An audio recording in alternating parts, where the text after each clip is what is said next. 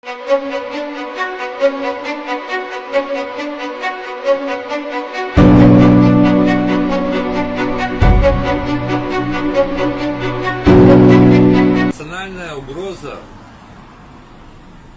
безопасность, национальная угроза экономическая мы видим по факту. Малый бизнес, средний бизнес начинает страдать.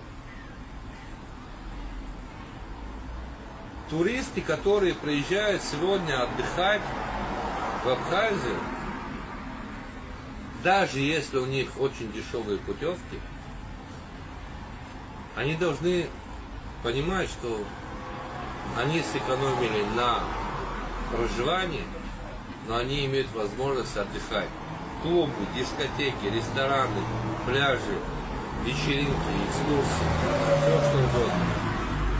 Но этого нету. Они почему-то живут в своих маленьких территориях, в своих маленьких анклавах. Это большая проблема, это большая беда. Туроператоры устроили очень серьезный демпинг в сфере гостиниц, в сфере экскурсий, в сфере транспортной логистики. От этого страдают все. Вот реально. Я лично сказал бы так, как бывший директор очень серьезной туроператорской компании, который продавал 89 отелей.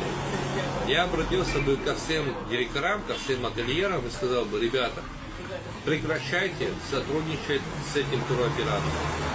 Найдите себе сил, отправьте этому туроператору письмо, что вы прекращаете договор с ними за месяц до окончания срока и прекращаете этот договор. Нам такие туроператоры не нужны.